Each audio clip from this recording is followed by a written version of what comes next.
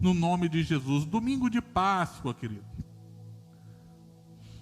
Todos nós ficamos muito felizes com essa data.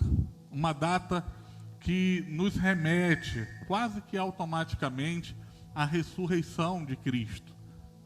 Para o mundo, uma festa cheia de simbologia, mas para nós é o selo da nossa vitória.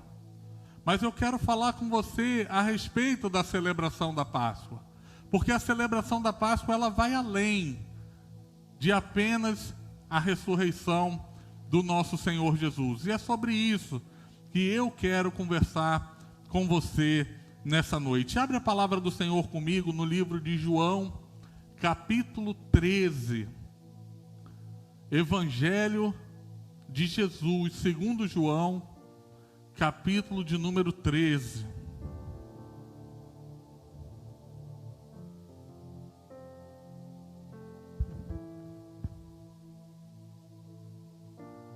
A palavra do Senhor ela diz assim: ora, antes da festa da Páscoa, sabendo que era chegada a sua hora de passar desse mundo para o Pai, e havendo amado seus próprios que estavam no mundo, ele os amou até o fim. A palavra de Deus aqui nos fala do conhecimento que Jesus tinha de que havia chegado a hora da sua morte. Havia chegado a hora, diz a Bíblia, dele passar desse mundo para o Pai. Algumas traduções vai dizer dele partir desse mundo para o Pai. Mas nós, igreja, precisamos entender de maneira muito clara o que é a Páscoa para nós. Como eu falei anteriormente, a Páscoa para o mundo tem uma série de simbologias. Mas para nós, igreja, o que é verdadeiramente a Páscoa para nós? Tradicionalmente, como igreja, nós dizemos que a Páscoa é o marco da ressurreição do Senhor Jesus. Por ela se dar ao terceiro dia, nós dizemos que a Páscoa é o marco da ressurreição do Senhor Jesus. Mas quando nós olhamos para a Escritura como um todo, nós vamos ver que a Páscoa ela vai além de apenas a ressurreição de Jesus. Na verdade, a Páscoa ela é um marco do cumprimento do propósito da ressurreição de Jesus nas nossas vidas, querido.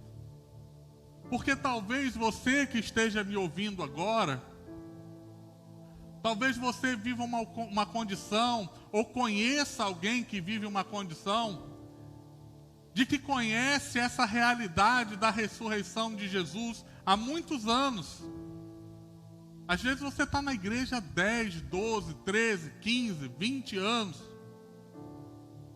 E escuta isso diariamente. O nosso Deus está vivo. Jesus ressuscitou. Ele venceu a morte. Mas toda essa realidade que é conhecida por você e por mim, ela não faz diferença na sua vida. Se a ressurreição de Jesus, ela não faz diferença na sua vida, se o fato de Jesus ter morrido e ressuscitado ao terceiro dia não faz nenhuma diferença na sua vida, não faz nenhuma diferença prática na sua vida, então de que valia tem a Páscoa para você, querido? Nós precisamos entender com clareza, então, o que é a Páscoa para nós, Igreja do Senhor. Nós percebemos que a Páscoa, o original hebraico da Bíblia, quando fala em Páscoa, ela fala de uma palavrinha pessá, que significa passagem. Todas as vezes que a Bíblia fala de Páscoa, ela está falando de uma passagem, da transição de um momento para um outro momento. Outra coisa que é importante que nós percebamos em relação à Páscoa: a Páscoa sempre aponta para o futuro. A Páscoa, ela tem um significado apontando sempre para o futuro. E para que nós possamos conversar um pouco a respeito da Páscoa, o que é a Páscoa para a igreja, eu quero te animar a fazer comigo uma reflexão. Nós vamos refletir nas duas situações mais conhecidas de Páscoa na Bíblia.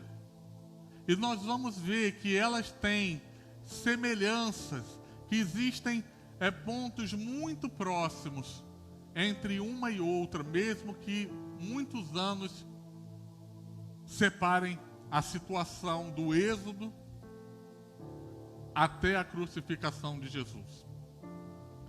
Mas o primeiro ponto que nós percebemos que existe nas duas situações é que a Páscoa precisa ser para a igreja um tempo de preparo.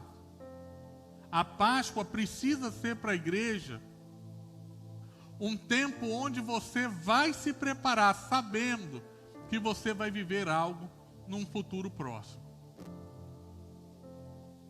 Lá em Êxodo, capítulo 12, Jesus então revela a Moisés, se eu não me engano é capítulo 12, Deus revela a Moisés, no capítulo 12 de Êxodo, então a última praga, que iria assolar o Egito. E ele dá direcionamentos para Moisés. Seguindo o texto, você vai ver que Moisés, então, ele reúne os anciãos e ele começa a passar as instruções daquilo que deveria ser feito naquela noite. Um cordeiro deveria ser morto, o sangue desse cordeiro deveria ser aspergido nos umbrais da porta. Nós percebemos que existe uma instrução dada por Moisés às famílias de como aquele cordeiro deveria ser consumido. Mais adiante, você vai ver que existem as instruções da Páscoa, de como a Páscoa deveria ser celebrada, e são muitas regras. Lá você vai ver que um estrangeiro não podia comer. Se ele fosse um estrangeiro escravo comprado e circuncidado, aí ele poderia comer. Se fosse um estrangeiro que estava de passagem, ele não podia comer. Aonde o senhor quer chegar, pastor, com tudo isso? É que a instituição da Páscoa, ela não foi feita de qualquer maneira. Deus não chega para Moisés e diz assim: Moisés, olha, o anjo da morte vai passar, fica todo mundo em casa. Não. Exigiu um preparo de todos aqueles que passaram por aquele momento. Um preparo minucioso de todos aqueles que passariam por aquele momento. Todos aqueles que fariam essa passagem tiveram que passar por um preparo minucioso. Quando nós lemos o capítulo 13 do Evangelho de Jesus segundo João, nós vemos a consciência que Jesus tinha de que aproximava a sua hora.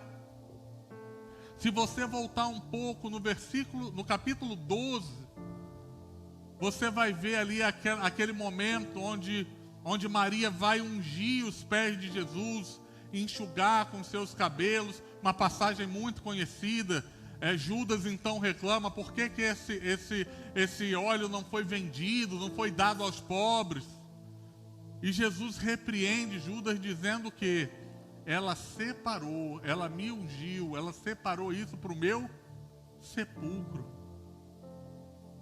Jesus já estava consciente, então, de que se aproximava o momento da sua morte, o momento da sua Páscoa. Então nós vemos Jesus tomar algumas iniciativas a partir do versículo 12, a partir do capítulo 12 do Evangelho do Senhor Jesus segundo João, até o capítulo de número 18, você vai ver Jesus tomar alguns cuidados.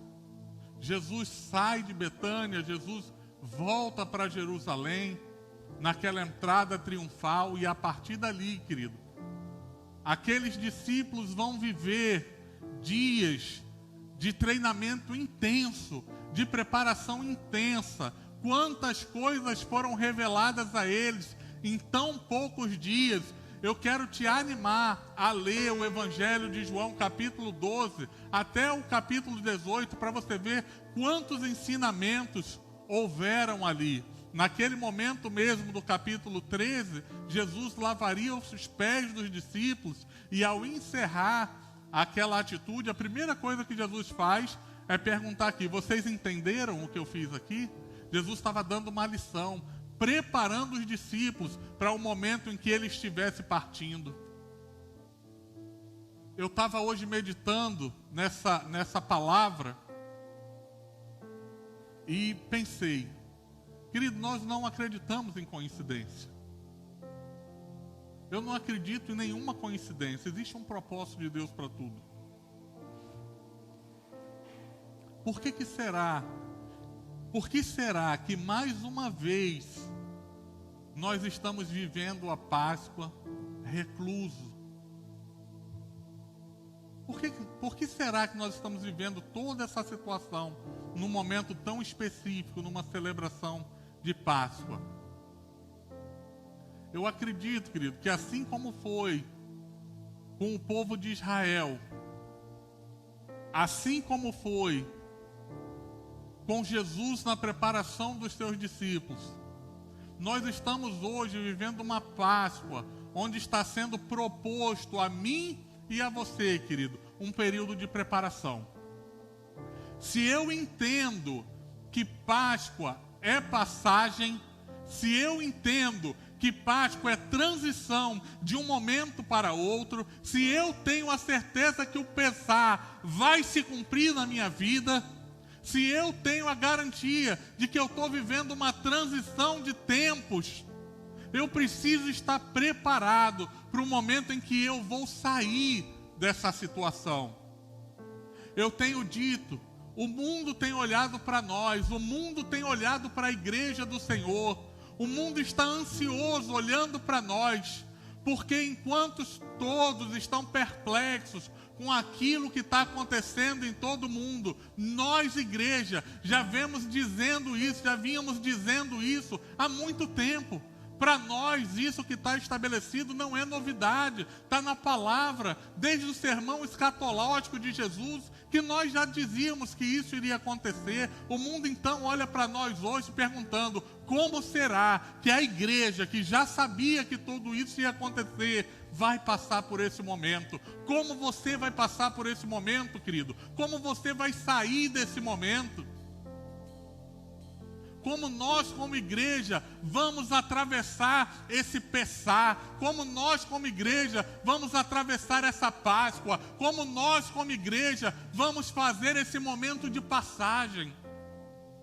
É necessário preparo, querido. Se prepare em Deus, se prepare espiritualmente, se prepare naturalmente. Existe uma proposta de Deus para você. Você vai sair dessa situação, nós vamos sair dessa situação, mas como nós iremos sair dessa situação? Isso é que importa. Se nós sabemos que é uma passagem, querido, se nós sabemos que é um momento de transição, e em todo o tempo, desde Israel antigo, foi proposto um momento de preparo, nós sabemos agora, querido, que é momento de nos preparar. Uma segunda característica, que é muito evidente nas duas situações. Eu falei lá no início que toda Páscoa, ela é uma passagem e aponta para o futuro. Lá em Israel antigo, a Páscoa, a passagem, apontava para a terra prometida. A Páscoa estava apontando para a promessa de Deus desde Abraão. Passaram-se Abraão, passou Isaac, passou Jacó, passou José. O povo então foi escravizado. E a partir daquele momento, querido, a passagem significava para eles a promessa que eles esperavam por tantos anos, que um dia eles voltariam à terra prometida. Mas é fácil perceber, através das Escrituras, quantas incertezas foram geradas no coração daquele povo. Quando foi o momento de sair do Egito, aquele povo não tinha nenhuma certeza. Tudo que eles tinham era uma palavra: vocês vão herdar uma terra que mana leite e mel. Mas nada de garantia, apenas uma palavra, querido. Quando nós vamos olhar para os discípulos de Jesus, Jesus então, a partir do capítulo 12, capítulo 13 ali do Evangelho de João, começa a preparar os seus discípulos para a sua morte. E assim como o povo de Israel, um povo escravizado, viveu momentos de incerteza, também os discípulos de Jesus viveram momentos de incerteza, porque toda a sua fé estava embasada apenas em Jesus.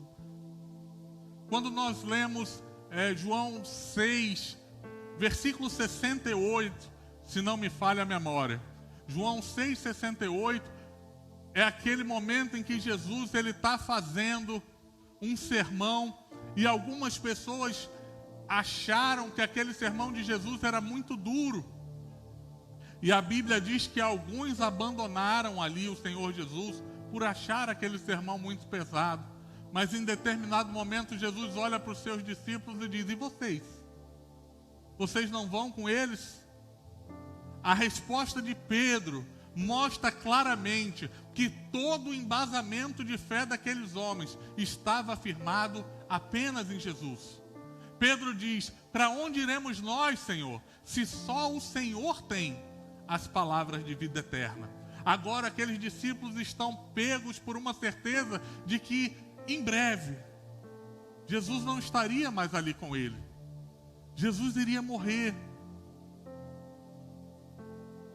Jesus aproximava do seu momento de morte, e tudo aquilo que era o embasamento da fé daqueles homens, dentro em breve já não estaria mais com eles. Nós costumamos falar nessa Semana Santa, nesse momento de Páscoa, do sábado do silêncio.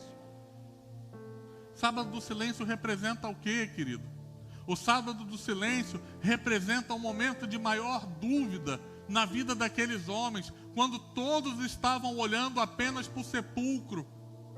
E a promessa do terceiro dia vai se cumprir. O que vai acontecer com a nossa fé? Queridos, não existia internet, não existia Bíblia, não existia templos feitos por mão de homens, apenas as sinagogas, não existia toda uma estrutura que os embasassem. O que eles tinham de sustento era o próprio Senhor Jesus, que naquele dia não estava com eles. O que os fatos mostravam é que Jesus estava morto, sepultado, mas enquanto todos olhavam para o sepulcro, nós sabemos que o nosso Senhor Jesus estava destronando o inferno. O Senhor Jesus estava pregando aos cativos. No sábado de silêncio, enquanto todos achavam que Jesus estava morto, na verdade, ele estava vencendo a morte. Mas isso não anulava a incerteza daqueles homens. Isso não anulava a dúvida que pairava no coração daqueles homens. Assim como Israel. Queridos, a gente precisa entender, aquela geração que estava escravizada, eles nasceram escravos e passaram toda a sua vida escravos. Eles simplesmente não sabiam o que era liberdade. Eles não sabiam o que era ser livres. Era tudo novo para eles a partir daquele momento. Era a passagem, querido. Era o Pessá.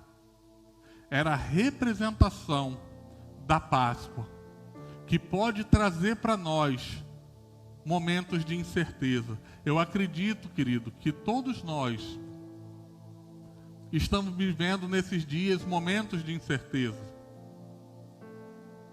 Alguns com medo de que vai fazer no futuro, como vai ficar o meu trabalho, como vai ficar a minha fonte de renda. Alguns com medo da sua própria saúde, sem saber o que vai acontecer.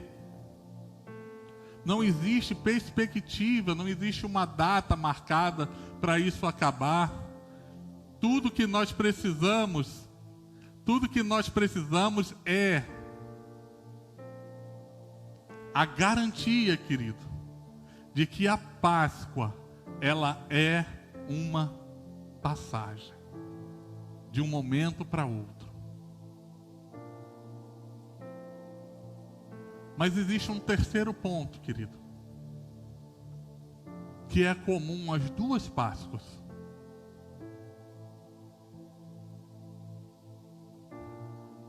Moisés morreu.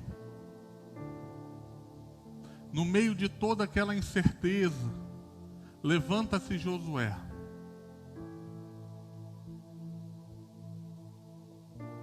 Mas a palavra que foi liberada sobre a vida de Moisés, esse povo será liberto. Esse povo, ele vai tomar posse de uma terra prometida. Se cumpriu através de Josué. Todos olhavam para o túmulo. Todos olhavam apenas para aquela pedra que apontava a condição de morte. Mas existia uma palavra. Ao terceiro dia, eu vou ressuscitar. E eu estarei com vocês até o fim dos tempos.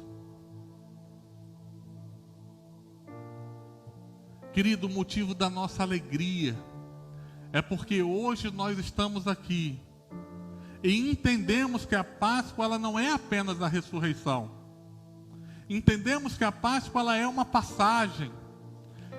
Entendemos que a Páscoa, ela é a transição de um momento e a proposição de um novo momento. Mas entendemos também que nós temos a garantia de uma palavra. A palavra que foi liberada para aqueles homens é: ao terceiro dia eu vou ressuscitar. Ao terceiro dia eu vou vencer a morte. Ao terceiro dia eu estarei novamente com vocês. Nós temos a garantia também de uma palavra, querido. A palavra que Jesus liberou, como nós lemos no início do culto em Mateus capítulo 28, eu estarei com vocês até o fim dos tempos. Não interessa o que nós estamos passando, não interessa o que nós estamos vivendo, nós sabemos que é uma passagem, mas é uma passagem com uma garantia: Ele estará conosco até o fim dos tempos. Essa precisa ser a nossa Páscoa, querido. Não podemos correr o risco de tornar esse momento uma coisa religiosa. Nós não podemos mais correr o risco de dizer a nossa Páscoa é a ressurreição e simplesmente a ressurreição não fazer nenhuma diferença na nossa vida.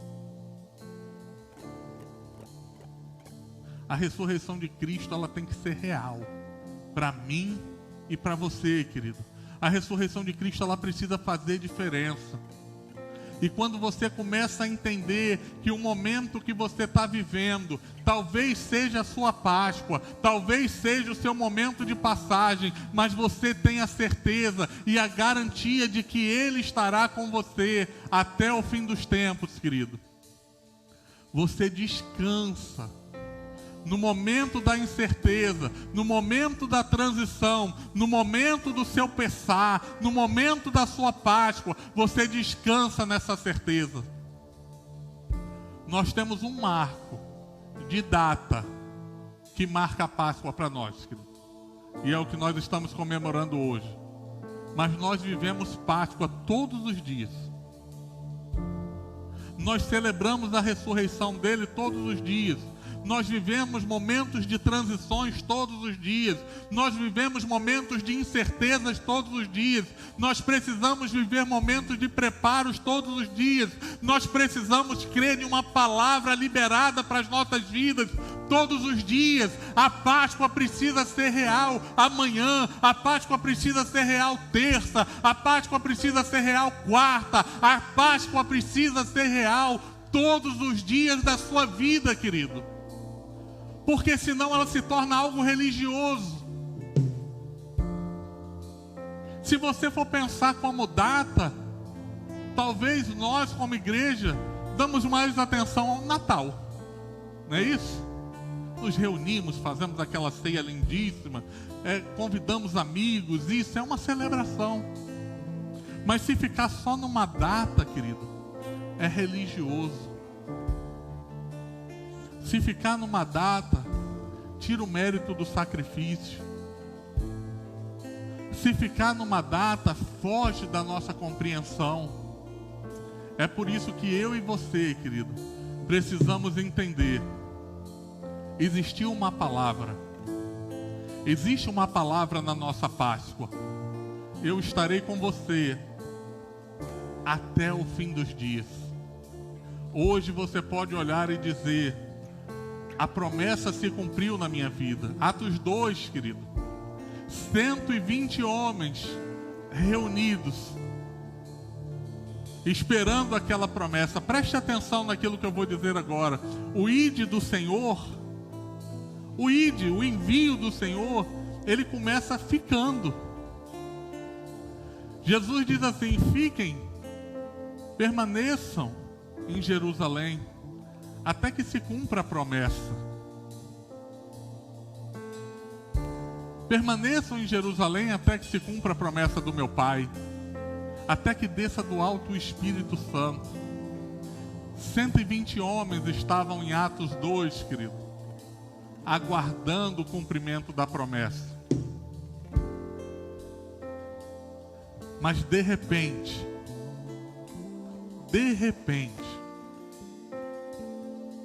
o Espírito Santo vem sobre a igreja. O Espírito Santo desce sobre a igreja. E aquilo que era somente uma palavra, querido, aquilo que era apenas uma promessa, passa a ser realidade na vida da igreja. A história da igreja muda completamente a partir dali. A partir dali, a palavra liberada vai à Judeia, vai a Samaria, vai aos confins da terra. A promessa era cumprida, a palavra se tornava realidade. Nós não dependíamos mais apenas de uma palavra, mas o Espírito Santo de Deus agora habitava no meio da sua igreja. O Espírito Santo de Deus encheu aqueles homens. O Espírito Santo de Deus encheu a sua vida, querido. Nós não andamos mais apenas por uma promessa, mas nós vivemos uma realidade estabelecida sobre a minha e sobre a sua vida. Você tem poder dado por Deus, você é a habitação do Espírito Santo, você tem poder para declarar agora em fé, em autoridade, sobre toda e qualquer situação que você esteja vivendo. Nós declaramos enfermidade, sai agora em nome do Senhor Jesus. Ansiedade, sai em nome do Senhor Jesus. Depressão, sai em nome do Senhor Jesus. Incerteza, insegurança, sai na autoridade do nome do Senhor Jesus. Porque nós entendemos que foi uma passagem, é uma passagem, mas a garantia de vitória já está em nós. A garantia de vitória está em você, querido. Aonde quer que você esteja agora, a marca da promessa habita dentro de você. O selo da promessa habita dentro de você. Aquilo que era palavra se tornou realidade. Aquilo que era promessa se tornou realidade. O Espírito Santo habita dentro de você. Não há mais chances para falha, não há mais chances para fracasso, porque aquele que um dia venceu a morte, agora habita dentro de você. Eu quero declarar, querido, no nome de Jesus, sobre esse tempo que nós estamos vivendo, a nossa Páscoa,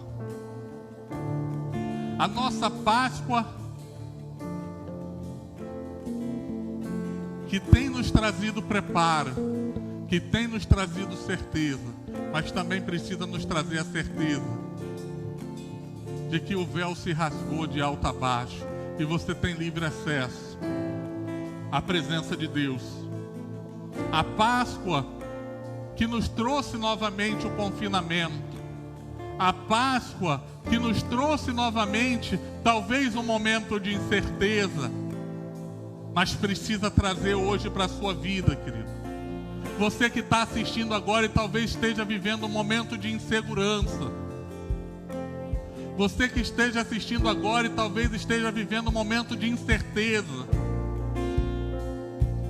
você que está assistindo agora e talvez esteja vivendo um momento de medo, a nossa Páscoa nos traz a garantia de que Ele morreu e ressuscitou ao terceiro dia. E aquela promessa, esperem, porque vai descer o Espírito Santo de Deus sobre vocês. Eu estarei com vocês até o fim do dia. Agora é uma realidade para nós. Feche os seus olhos onde quer que você esteja, querido. Feche os seus olhos agora onde quer que você esteja. Começa a tomar posse dessa certeza, querido. Começa a tomar posse dessa certeza, querido. Diga: eu sei que a Páscoa não é algo que aconteceu apenas 2000 anos atrás. Eu sei que a Páscoa não se restringe apenas à sua ressurreição, mas a Páscoa é real hoje na minha vida. O momento de transição é real na minha vida. As tuas promessas são reais na minha vida. E eu vou passar, eu vou fazer essa passagem, e ao final dela eu terei tomado posse da minha promessa. Começa a declarar isso agora no nome de Jesus. Começa a declarar isso agora no nome de Jesus. Senhor Deus, sobre todos aqueles que estão aflitos, o Senhor é um Deus onipotente, onipresente, onisciente. O Senhor está aqui, mas está na casa dessa pessoa que está nos assistindo, e ela está certa e convicta, no nome de Jesus, de que aquilo que era promessa se tornou realidade em nós. Aquilo que era uma palavra se tornou realidade em nós. Nós recebemos do Senhor a autoridade e fazemos uso dela agora. Faça uso dessa autoridade agora na sua casa, querido. Não importa o que está acontecendo, nada é mais poderoso do que o nome de Jesus. Nada tem mais poder do que aquele Espírito que habita dentro de você. Querido, o Espírito que habita dentro de você foi o mesmo Espírito que arrancou Jesus daquela sepultura, que fez ele descer aos infernos, pregar o cativo e arrancar da mão do diabo a chave do inferno. A autoridade foi devolvida a nós, foi restituída a nós como igreja. A autoridade agora é sua. Não importa o que você está passando, declare agora no nome do Senhor Jesus em fé. Diga: eu vou passar, essa é a minha Páscoa, essa é a minha passagem. Diga: eu vou passar, diga: eu vou passar, eu vou vencer. Diga: eu vou vencer, eu vou tomar posse da minha promessa. No nome do Senhor Jesus, eu declaro agora, no nome do Senhor Jesus, e liberamos, no nome do Senhor Jesus, sobre a vida daqueles que estão nos ouvindo, o entendimento da palavra de Deus que te garante, querido, que te garante autoridade, no nome de Jesus. E você vai fazer uso dessa autoridade, querido, e vai profetizar sobre as enfermidades, no nome de Jesus. com entendimento da palavra, você vai declarar sobre condições financeiras. Eu quero declarar no nome do Senhor Jesus que haverá salvação. Haverá salvação no nome de Jesus através da sua vida. Você vai passar. Não se esqueça. Passagem, mas com garantia de vitória no final. Adore ao Senhor com essa canção, querido. Adore ao Senhor com essa canção no nome de Jesus.